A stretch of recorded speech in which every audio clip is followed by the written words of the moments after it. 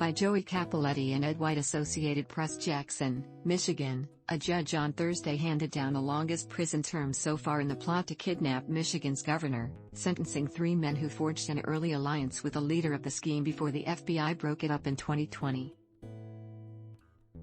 Joe Morrison, Pete Musico and Paul Bellar were not charged with having a direct role in the conspiracy. But they were members of a paramilitary group that trained with Adam Fox, who separately faces a possible life sentence on December 27 for his federal conviction.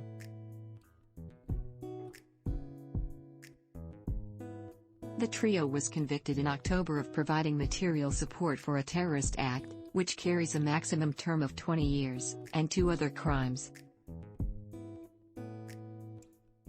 Musico was sentenced to a minimum of 12 years in prison, followed by his son-in-law Morrison at 10 years and Bellar at 7. They will be eligible for release after serving those terms, but any decision rests solely with the Michigan Parole Board.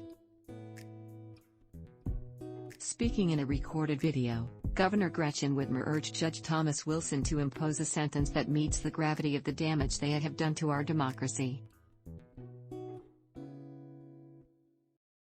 A conspiracy to kidnap and kill a sitting governor of the state of Michigan is a threat to democracy itself, said Whitmer, who added that she now scans crowds for risks and worries about the fate of everyone near me.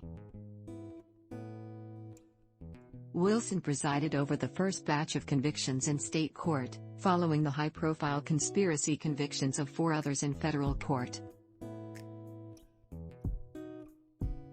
Fox and Barry Croft Jr. were described as captains of an incredible plan to snatch Whitmer from her vacation home, seeking to inspire U.S. Civil War known as the boogaloo.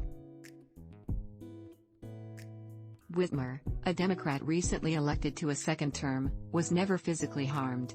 Undercover FBI agents and informants were inside Fox's group for months, and the scheme was broken up with 14 arrests in October 2020.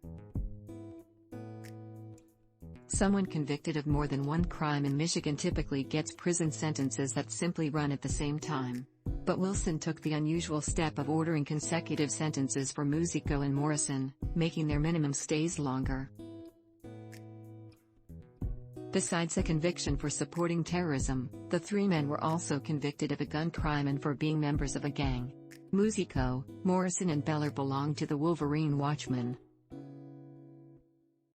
The 3 held gun training with Fox and shared his disgust for Whitmer, police and public officials, especially after COVID-19 restrictions disrupted the economy and triggered armed Capitol protests and anti-government belligerence.